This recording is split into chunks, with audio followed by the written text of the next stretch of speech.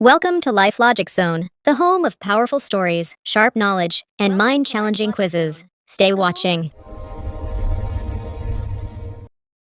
رات کے 1:30 بجے بارش کی نمی ابھی بھی ہوا میں لٹک رہی تھی اور 4 سال بعد احتشام اپنے گھر کے دروازے پر کھڑا تھا۔ اس کے ہاتھ میں ایک پرانا لکڑی کا باکس، اس کے مرحوم باپ کی آخری نشانی۔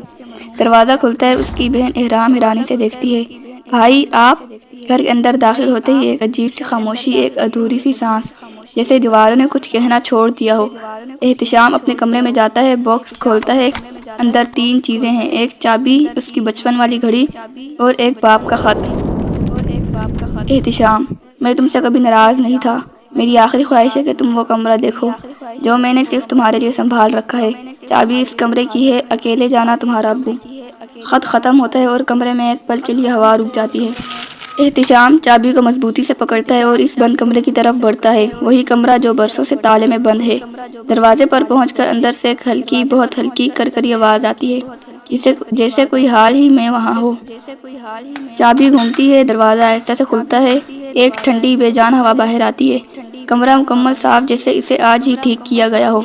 دیواروں پر بچپن کی تصویریں، ایک کونے میں کرسی اور کرسی پر باپ کی پرانی شال کے نیچے ایک تازہ طے کیا ہوا کاغذ۔